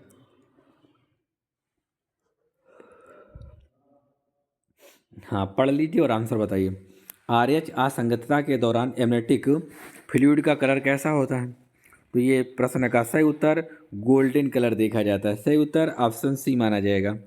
कैसा कलर होगा, ऑप्शन सी माना जाएगा, ये गोल्डन कलर होता है। ओके, नेक्स्ट है क्वेश्चन नंबर 8। पोस्ट मेच्योरिटी के दौरान एमनेटिक द्रव का रंग होता है। पोस्ट मेच्योरिटी के दौरान एमनेटिक द्रव का रंग कैसा होता है। 8 नंबर पढ़ लीजिए और आंसर बताइए। Amniotic fluid has a colour during post maturity. Post maturity के दौरान कब होता है। पोस्ट मेच्योरिटी का मतलब होता है कि कोई महिला ने बच्चे को जन्म नहीं दिया, 42 सप्ताह के बाद भी नहीं दिया, इसे पोस्ट मेच्योरिटी कहा जाता है, समझे। इसे क्या बोलते हैं, पोस्ट मेच्योरिटी कहा जाता है। पढ़ लीजिए और आंसर बताइएगा। एमनेटिक फ्लूइड का जो कलर है वो पोस्ट मेच्योरिटी के दौरान, हाँ, एमनेटिक फ्लूइड का जो कलर है पोस्ट मेच्योरिटी के दौरान कैसा होता है, तो पोस्ट मेच्योरिटी के दौरान ये होता है ग्रेनिश येलो कलर होता है। सही उत्तर ऑप्शन सी माना जाएगा, C is the right answer, greenish yellow colour होता है। नेक्स्ट है एमनेटिक द्रव में कौन सा कार्बनिक पदार्थ उपस्थित होता है। एमनेटिक द्रव में जो एमनेटिक फ्लूइड है इसमें कौन सा कार्बनिक पदार्थ पाया जाता है, कौन सा पाया जाता है। पढ़ते रहिए और अपने अपने आंसर बताते रहिएगा। हाँ, कौन सा पाया जाता है ये आपसे पूछा जा रहा है। हाँ, इस प्रश्न का जो सही उत्तर माना जाएगा एमनेटिक द्रव में कौन सा कार्बनिक पदार्थ उपस्थित होता है, तो इस प्रश्न का सही उत्तर माना जाएगा विकल्प डी। सही उत्तर ऑप्शन डी माना जाएगा। ये सब कार्बनिक पदार्थ हैं, ये ऑर्गेनिक मटेरियल होते हैं। प्रोटीन 0.3 ग्राम पाया जाता है, ठीक है। लिपिड एंड ग्लूकोज पाया जाता है, यूरिया एंड क्रेटिनाइन पाया जाता है, इसलिए सही उत्तर ऑप्शन डी वाला माना जाएगा। D is the right answer. प्रश्न का सही उत्तर क्या मानेंगे, विकल्प डी माना जाएगा, विकल्प डी। यहाँ पर देखेंगे कंपोजिशन ऑफ द प्लेसेंटा। अब प्लेसेंटा में क्या कंपोजिशन होते, कुछ पॉइंट लिखे गए हैं। ये प्रोटीन 0.3 mg पर डेसीलीटर पाया जाता है, ग्लूकोज 20 mg पर डेसीलीटर पाया जाता है, यूरिया 30 mg पर डेसीलीटर, क्रेटिनाइन 2 mg पर डेसीलीटर, लिपिड 50 mg पर डेसीलीटर पाया जाता है, हार्मोन्स इंसुलिन प्रोलैक्टिन रेनिन ये सारी चीज़ें पाई जाती है। सस्पेंडेड पार्टिकल में से लेनिगो कैस ये पाया जाए कैसोसा, ये एमनेटिक फ्लूइड के बारे में है भाई, ठीक है। एमनेटिक फ्लूइड के बारे में ये सोडियम पोटेशियम क्लोराइड ये सब पाए जाते हैं, ठीक है। एमनेटिक फ्लूइड के बारे में है कि ये सारी चीज़ें पाई जाती हैं। गर्भावस्था के दौरान योनि की पीएच वैल्यू कैसी होती है, पीएच मान कैसा होता है। 10 नंबर पढ़ लीजिए और आंसर बताइएगा। What is the pH of the vagina during pregnancy. Vagina क्या पीएच पूछा जा रहा है आपसे, बताइए भाई। इसका तो सबको उत्तर पता है, वजाइना का पीएच होता है, हाँ, तो बताइए what is the pH of the vagina during pregnancy. गर्भावस्था के दौरान योनि की पीएच कैसी होती है, तो प्रश्न का सही उत्तर माना जाएगा अम्लीय होती है। कैसी होती है, अम्लीय, एसिडिक होती है। सही उत्तर ऑप्शन ए माना जाएगा। A is the right answer. प्रश्न का विकल्प ए सही माना जाएगा, अम्लीय होता है। आपको ये बताना है वजाइना का जो पीएच वैल्यू होता है अंक में बताओ कितना कितना होता है। ये एग्जाम में बहुत बार पूछा गया है, ठीक है। एएनएम की परीक्षा में तो आया ही आया है, सीएचओ में पूछा गया है यूपी में, और एमपी में भी पूछा गया है। अन्य परीक्षाएं हुई हैं परमानेंट स्टाफ नर्स की भी, उसमें भी कई बार स्टाफ नर्स के एग्जाम में पूछा गया। बताओ पीएच वैल्यू कितनी होती है, आप बताओ भाई कमेंट बॉक्स में। टर्म पर गर्भाशय का वजन लगभग कितना होता है? गर्भाशय का वजन कितना होता है टर्म पर? ये लिखा ऑन द टर्म या at term. What is the weight of the uterus on the term? Term पर कितना वजन पाया जाता है? टर्म पर गर्भाशय का वजन लगभग कितना होगा? 11 नंबर पढ़ेंगे और आंसर बताएंगे। 11 का उत्तर क्या माना जाएगा? टर्म पर गर्भाशय का वजन लगभग होता है, आपको बताना है कितना होता है। पढ़ लीजिए और आंसर बताइए। टर्म पर गर्भाशय का वजन लगभग होता है, कितना वजन होता है? तो प्रश्न का जो सही उत्तर माना जाएगा टर्म पर प्रेगनेंसी में जो वजन होता है वो 900 से लेके 1000 ग्राम होता है। कितना होता है? 900 से लेके 1000 ग्राम के आसपास पाया जाएगा। सही विकल्प ऑप्शन सी माना जाएगा। सी प्रश्न का सही उत्तर मानेंगे, इतना होता है। ओके, टर्म पर। नेक्स्ट है स्वस्थ महिला में संपूर्ण गर्भावस्था के दौरान वजन में कुल कितनी वृद्धि हो जाती है? वजन में कुल कितनी वृद्धि हो जाती है संपूर्ण गर्भावस्था? ये लिखा है during weight during the entire pregnancy in a healthy women. एक जो हेल्दी महिला होती है उसमें पूछा जा रहा है what is the approximate total increase in the weight during the entire pregnancy in a healthy women. 12 number पढ़िए और आंसर बताइएगा। 12 का उत्तर क्या माना जाएगा? 12 का, हाँ, क्वेश्चन नंबर 12 पढ़ लीजिए 12 नंबर और आंसर बताइए। स्वस्थ महिला में संपूर्ण गर्भावस्था के दौरान वजन में लगभग कुल कितनी वृद्धि होती है? हाँ, तो कितनी वृद्धि होती है भाई? तो प्रश्न का जो सही उत्तर माना जाएगा जो वृद्धि होती है वो 11 किलो के आसपास होती है। सही उत्तर ऑप्शन सी माना जाएगा, ठीक है, 11 किलो के आसपास होती है। हाँ, ऑप्शन सी प्रश्न का सही उत्तर माना जाएगा। स्वस्थ महिला में संपूर्ण गर्भावस्था के दौरान वजन में लगभग कुल कितनी वृद्धि होती है? तो 11 किलो के आसपास होती है, ठीक है। आप हमें ये बताओ जो पहली तिमाही होती है, ठीक है, पहली तिमाही में वजन कितना बढ़ता है? फिर बताओ दूसरी जो तिमाही होती है इसमें वजन कितना बढ़ जाता है, ठीक है। दोनों के तीनों के बारे में लिखो। तीसरी तिमाही जो होती है इसमें वजन टोटल कितना बढ़ जाता है, ठीक है। उस हिसाब से उत्तर बताओ कमेंट बॉक्स में, हम सभी के कमेंट देखते हैं, ठीक है। हाँ, इसीलिए हम लाइक भी कर देते हैं आपके बाद में कि हाँ आपके कमेंट देखे जा चुके हैं। गर्भावस्था में लगभग कितना आयतन बढ़ जाता है, समझे? जो ब्लड का आयतन होता है वो लगभग कितना बढ़ जाता है? Approximately how much blood volume is increase in pregnancy. हाँ, पूछा गया अप्रोक्सीमेटली लगभग ब्लड वॉल्यूम जो बढ़ जाता है प्रेगनेंसी के दौरान कितना बढ़ जाता है? पढ़ लीजिए और आंसर बताइएगा। हाँ, पढ़िए और आंसर बताइएगा कितना बढ़ जाता है।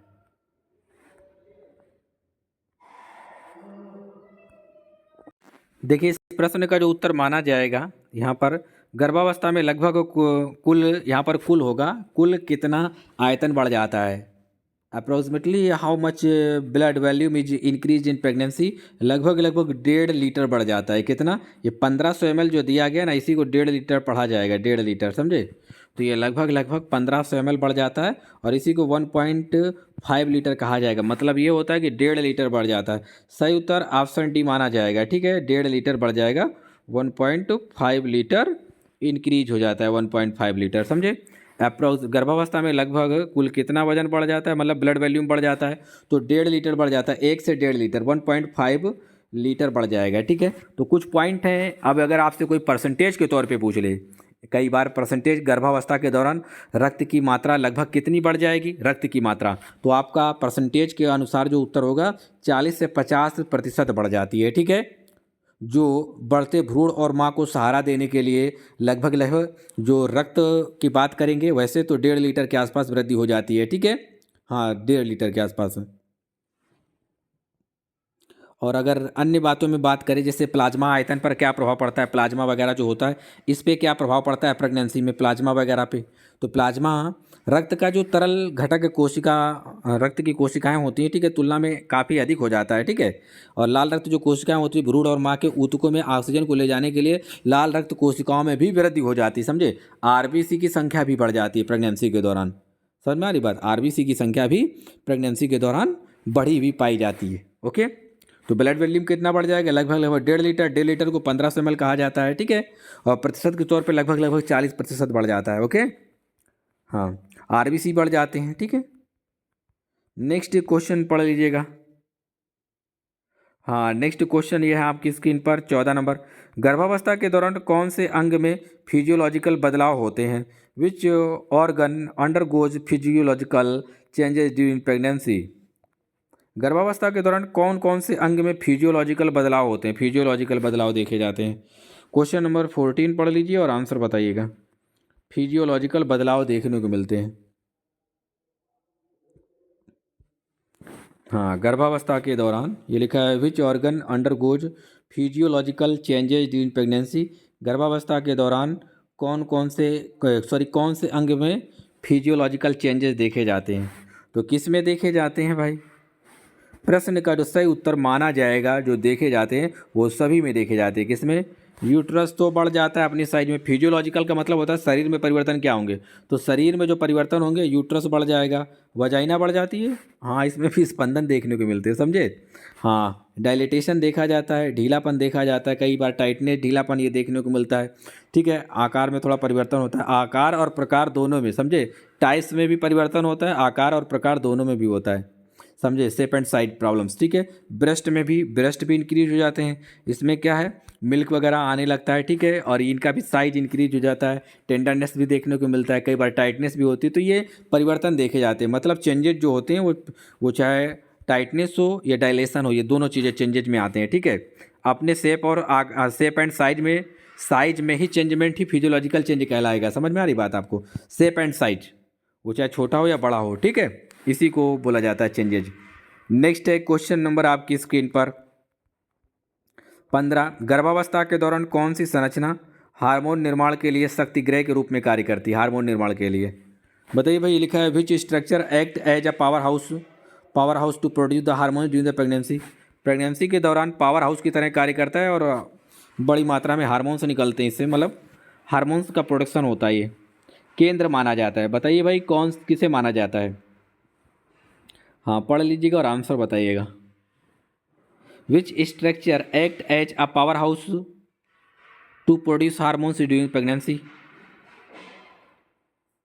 देखिए इस प्रश्न का जो सही उत्तर माना जाएगा, हाँ इस प्रश्न का जो सही उत्तर माना जाएगा वो दिए गए विकल्प में से आपका आएगा ये प्लेसेंटा, ठीक है। ये पावर हाउस कहलाता है प्रेगनेंसी के दौरान, इससे हार्मोन्स वगैरह निकलते हैं। सही उत्तर ऑप्शन बी माना जाएगा, B is the right answer. जो प्रश्न का सही उत्तर होगा वो प्लेसेंटा माना जाएगा, बी प्रश्न का सही आंसर माना जाएगा। नेक्स्ट है क्वेश्चन नंबर 16। वह हार्मोन जो सर्विक्स को मुलायम कर देते हैं, वह हार्मोन्स कौन से जो सर्विक्स को मुलायम कर देते हैं। 16 नंबर पढ़ लीजिए और आंसर बताइए। वह हार्मोन्स कौन से हैं जो सर्विक्स को मुलायम कर देते हैं, कौन से हार्मोन्स हैं जो सर्विक्स को मुलायम कर देते हैं। हाँ पढ़िए और आंसर बताइएगा।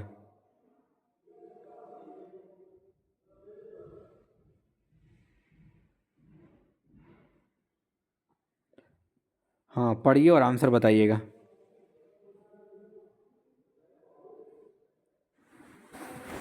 वह हार्मोन जो सर्विक्स को मुलायम कर देता है, वह हार्मोन जो सर्विक्स को मुलायम कर देता है।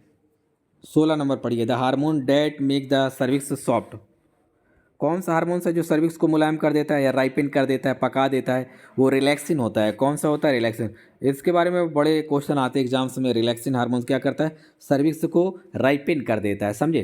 जैसे कोई बच्चा डिलीवर्ड होने वाला होता है, ठीक, देख लो इधर स्ट्रक्चर्स में, ठीक, ये यूट्रस है और इधर वजाइना, ये सर्विक्स है, यहाँ पर इस जगह पर सर्विक्स है, ठीक। तो ये क्या होता है, राइप हो जाता है, समझे, राइपन हो जाता है, मेच्योर हो जाता है, मतलब पक जाता है, समझे। और ये ऐसा होता है रिलैक्सिन की वजह से। किसकी वजह से होता है, रिलैक्सिन की वजह से होता है। सही उत्तर ऑप्शन ए माना जाएगा, A is the right answer. Okay, हाँ, प्रश्न का सही उत्तर ये लिखा है, it is produce by the ovary and the placenta during the pregnancy. कह रहा है कि ये कहाँ से निकलता है रिलैक्सिन, तो ये प्रेगनेंसी के दौरान निकलता है प्लेसेंटा और आपकी ओवरी से भी निकलता है, समझे। कई बार इसे लिखा जाता है कि आपके स्टमक से निकलता है, एक एब्डोमिनल कैविटी वाला एरिया हो जाता है, समझे। ये कौन सा एरिया होगा जहाँ पर यूट्रस वगैरह सेट होता है, ओवरी वगैरह सब सेट होता है, ये एब्डोमिनल कैविटी कहा जाता है इस पूरे को, समझे। नेक्स्ट क्वेश्चन नंबर है 17, निम्न में से कौन सा बाह्य मादा जननांग है। बाह्य मादा जननांग एक्सटर्नल फीमेल जेनाइटल एरिया है, फीमेल का ये बाहरी हिस्सा है जेनाइटल एरिया का। विच of the following is the external female genitalia, निम्न में से कौन सा बाह्य मादा जननांग है। बाह्य मादा जननांग कौन सा है, पढ़िए और आंसर बताइएगा। बाह्य मादा जननांग है, तो बाह्य मादा जननांग कौन सा है। तो इस प्रश्न का जो सही उत्तर माना जाएगा इनमें से कौन सा बाह्य मादा जननांग है, तो सही उत्तर माना जाएगा ऑप्शन बी क्लाइटोरिस। ये फीमेल का एक बाहरी हिस्सा होता है, जैसे मेल में जहाँ पर पेनिस होता है, समझे। हाँ, पेनिस, उसी तरीके से फीमेल में क्लाइटोरिस होता है सेम पोजीशन में। बहुत सारी महिलाएं क्या हैं, मर्द बन जाती हैं, समझे। तो वो ऑपरेशन कहाँ पर होती है, सर्जरी, वो क्लाइटोरिस में सर्जरी होती है, पता है आपको, नहीं जानते। चलो आज जान जाओ। चलिए आपको कुछ रूबरू कराते हैं कुछ अन्य चीज़ों से। यहाँ पर आप एक इमेज देखेंगे, ठीक है। हाँ, तो यहाँ पर ये मोन्स पीविस वाला एरिया होता है, क्लाइटोरिस की जो लोकेशन होगी, सॉरी जस्ट अ सेकेंड, मोन्स पीविस वाला एरिया है, तो ये क्लाइटोरिस होता है यहाँ पर, ठीक है। ये एकदम मेल में जिस तरीके से पेनिस होता है ना, जहाँ पर जिस पोजीशन में, उसी पोजीशन पे ये क्लाइटोरिस होता है, सेम उसी पोजीशन में। तो ये बाहर का हिस्सा माना जाता है, इसको कहा जाता है फीमेल का ये एक्सटर्नल जेनाइटल ऑर्गन। एक्सटर्नल मतलब होता है बाहर वाला, ठीक है। अब अंदर वाले कौन से होते हैं, देखिए ओवरी क्या है, ये अंदर होती है, यूट्रस क्या है, ये अंदर होता है, समझे। तो ये सब अंदर के हिस्से हैं, बाहर का कौन सा होगा, क्लाइटोरिस होगा। सही उत्तर ऑप्शन बी माना जाएगा। समझ में आ रही ना बात आपको, ये ऑप्शन बी माना जाएगा, बाहर का हिस्सा। अब एक्सटर्नल जेनाइटल एरिया, एक्सटर्नल में कौन कौन से आते हैं भाई, देखो क्लाइटोरिस आता है, बर्थोलिन ग्लैंड आता है। बर्थोलिन ग्लैंड जैसे वजाइना होती तो वजाइना के लेफ्ट राइट साइड पाए जाती हैं दोनों, ठीक है। मोन्स पीविस ये बाहर का हिस्सा होता है। लिबिया मिजोरा ये भी, लिबिया मिनोरा ये भी। ये लिखा है प्यूडेंडल क्लेफ्ट बोला जाता है, एक पॉइंट, ठीक है। ये लिखा है प्यूडेंडल क्लेफ्ट, ये भी बाहर का हिस्सा माना जाता है, समझे। ये सब बाहर के हिस्से हैं फीमेल जेनाइटल में। Clitoris, Bartholin gland, mons pubis. हाँ, मोन्स पीविस वाला एरिया कौन सा होता है, ठीक है। तो मोन्स पीविस वाला जो एरिया होता है, ये एरिया हो गया मोन्स पीविस वाला, ठीक है। कुशन के तौर पे काम करता है ड्यूरिंग द सेक्सुअल एक्टिविटी। जब इंटरकोर्स की आप पढ़ाई करते हैं तो ये कुशन मतलब तकिया के तौर पे काम करता है।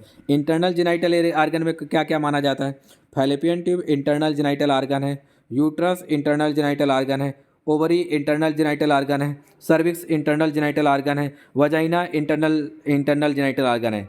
ये भाई याद कर लो भाई, एग्जामिनरवा ने कई बार पूछा ये सब बातें, समझे। कई बार पूछा, खुल खुल के पूछता है कि बताइए भाई फीमेल के इंटरनल जेनाइटल आर्गन कौन है। इंटरनल मतलब होता है आंतरिक अंग कौन से हैं, फीमेल के जो रिप्रोडक्टिव इंटरनल आर्गन है वो कौन से हैं, आंतरिक वाले। तो फैलोपियन ट्यूब है, यूट्रस है, अंडाशय ओवरी, सर्विक्स है, वजाइना है, ठीक है। ये सब क्या है, आंतरिक होते हैं। नेक्स्ट है क्वेश्चन नंबर 18, ब्रेस्ट निम्न में से किस ग्रंथि का मॉडिफिकेशन होता है। ब्रेस्ट, पढ़िए और आंसर बताइएगा। क्वेश्चन नंबर 18 पढ़ लीजिए और आंसर बताइएगा। क्वेश्चन नंबर 18, 18 नंबर पढ़िए।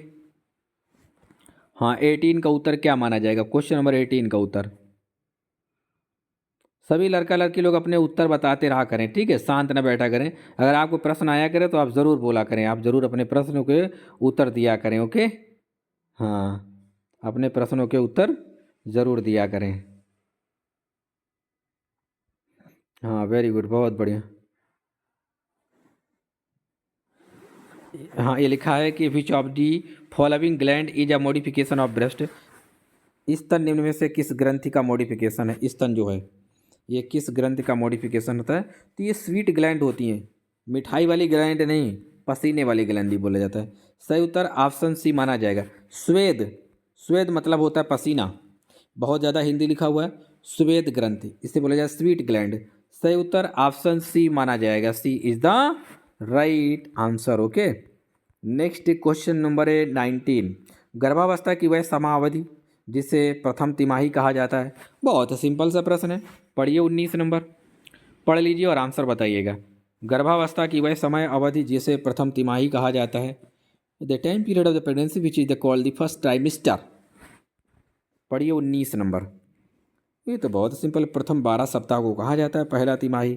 0 से लगा के 12 सप्ताह ये पहली तिमाही कहलाता है। नेक्स्ट क्वेश्चन नंबर है 20। आपात स्थिति में जब एक रोगी अपना रक्त वर्ग बताने में असमर्थ है तो उसे किस रक्त वर्ग के साथ क्रॉस मैच करना सुरक्षित होगा? बताइए भाई, बहुत बढ़िया क्वेश्चन है, पढ़ लीजिए। In case of emergency, emergency की केस में, when a patient is unable to tell his blood group, जब कोई पेशेंट अपना ब्लड ग्रुप बताने में असमर्थ हो, then with which blood group will be safe to cross, cross करने, क्रॉस नहीं होगा यहाँ पर, क्रॉस मैच किया जाएगा, ऐसे करके इस लिखा जाए CROSS, क्रॉस मैच किया जाएगा। ठीक है, क्रॉस मैच किया जाएगा किस ब्लड ग्रुप के साथ ये क्रॉस मैच किया जाएगा? बताइए भाई, कौन सा ब्लड ग्रुप होगा जिसके साथ ये क्रॉस मैच किया जाएगा? तो ये O नेगेटिव के साथ किया जाएगा। ठीक है, सही उत्तर विकल्प C में दिया गया है, ये O नेगेटिव के साथ क्रॉस मैच किया जाएगा। 21 नंबर। मानव में गर्भावस्था की अवधि होती है, ह्यूमन हैज प्रेगनेंसी। बहुत सिंपल सा प्रश्न दे दिया गया है, मानव में गर्भावस्था की अवधि होती है, आपको बताना है कितनी होती है गर्भावस्था की अवधि। और विज्ञापन पर ध्यान दीजिए, जो भी स्टूडेंट ऑनलाइन पेड क्लासेज लेना चाहते हैं, GS इंडिया में पढ़ना चाहते हैं, सब्जेक्ट वाइज टॉपिक वाइज पढ़ना चाहते हैं, हिंदी और अंग्रेजी में पढ़ना चाहते हैं, या PDF नोट्स परचेज करना चाहते हैं, ठीक है, सस्ते की चक्कर में ना पड़ो। GS इंडिया में जो भी स्टूडेंट पढ़ते हैं, ANM वगैरह की क्लास वगैरह लेते हैं, बढ़िया अच्छी तरीके से सिलेक्शन होते हैं। आप GS इंडिया के गूगल्स में जाकर देख लीजिए, GS इंडिया सिलेक्टेड स्टूडेंट। आज हम हो सकेगा टाइम मिलेगा तो लास्ट आज लिस्ट डाल देंगे कितने सारे सिलेक्ट हुए, विथ नाम, मोबाइल, सब सारी चीज़ें उनका पूरा रोल नंबर के साथ आप देखेंगे। ठीक है, हाँ, तो जो भी स्टूडेंट ऑनलाइन पेड क्लासेज लेना चाहते हैं या PDF नोट्स लेना चाहते हैं, GS इंडिया में पढ़ना चाहते हैं, अपने माँ बाप का सपना पूरा करना चाहते हैं, या अपना खुद का सपना है पूरा करना चाहते हैं, ये नंबर हमारा व्हाट्सअप नंबर है, गूगल पे, PhonePe, Paytm number, calling number भी है। ठीक है, आप लोग सुरक्षित रहें, अपने घर में रहें और वहीं से पढ़ाई करें। ठीक है, तो इस प्रश्न का उत्तर बताएं आपको। ह्यूमन है जब प्रेगनेंसी पीरियड, ह्यूमन में जो प्रेगनेंसी पीरियड होता है, ये लिखा है 10th लूनार मंथ, ये चांद महीना कितने होते हैं? चंद्रमास 10 होते हैं, बात सही है। फिर लिखा है 9 कैलेंडर मंथ प्लस 7 दिन, ये बात भी सही है। फिर ये लिखा है सामान्य अवस्था में 280 दिन की गर्भावस्था होती है, बात सही है। इसलिए सही उत्तर जो माना जाएगा वो ऑप्शन डी माना जाएगा। क्या माना जाएगा? विकल्प डी प्रश्न का सही आंसर माना जाएगा। ठीक है, तो आज के हमारे ये प्रश्न थे जो आपको पढ़ाए गए, समझाए गए। उम्मीद करते हैं आपको अच्छे लगे होंगे, और जो भी स्टूडेंट नए हैं वो चैनल को लाइक और सब्सक्राइब कर लेंगे। हम आपको ये पूरा सिलेबस लगभग दिसंबर लास्ट में कंप्लीट करा देंगे, पढ़ा देंगे आपको। और आप अगर हमारे पास पढ़ लेंगे, ठीक है, जितने भी हमारी क्लासेज हैं, अगर आपने इन क्लासेज को पढ़ लिया, मैं 200% गारंटी के साथ कहता हूँ आपको कोई हरा नहीं सकता। आप असफल नहीं होंगे, समझे, आप 100% सक्सेस हो जाएंगे, 100%। ये मैं कह रहा हूँ, GS इंडिया वाले सर कह रहे हैं, समझे, 100% आप सक्सेस हो जाएंगे। कई सारे एग्ज़ाम पेपर मैंने सॉल्व कराए हैं, ठीक है, आप उनको सॉल्व कीजिए, देखिए, पढ़िए। हमारी बहुत सारी क्लासेज हैं जो कि हम एग्ज़ाम को ध्यान में रख कर डिज़ाइन करते हैं। ठीक है, जैसे क्वेश्चन एग्जाम्स में आते हैं और करंट को साथ में ज़रूर इंक्लूड कर लेते हैं, रिसर्च करते हैं कि आज चीज़ किसी भी पॉइंट या क्वेश्चन में कोई बदलाव किया गया है या नहीं किया गया, उसका डेटा कौन सा लिया गया है, पुराना डेटा लिया गया है, न्यू डेटा लिया गया है, इन सब चीज़ों को हम ध्यान में रखते हैं। ठीक है, और आपको क्लास कैसी लगी ज़रूर कमेंट बॉक्स में बताइए। आगे कौन सा सब्जेक्ट या टॉपिक पढ़ना चाहते हैं आप 38 में से, कमेंट बॉक्स में ज़रूर लिखा करें। ठीक है, और आप सभी लोग अपना कीमती वक्त निकाल के GS इंडिया में पढ़ने आते हैं, मैं सदैव आप सभी का आभारी रहूँगा। इसके लिए आप सभी को हमारी तरफ से धन्यवाद। आप इसी तरीके से पढ़ते रहिए और जागरूकता दिखाते रहिए, सरकारी नौकरी अर्जित कीजिए। Okay, thank you so much all of you, thank you so much, bye bye, take care, bye, जय हिंद, सी यू।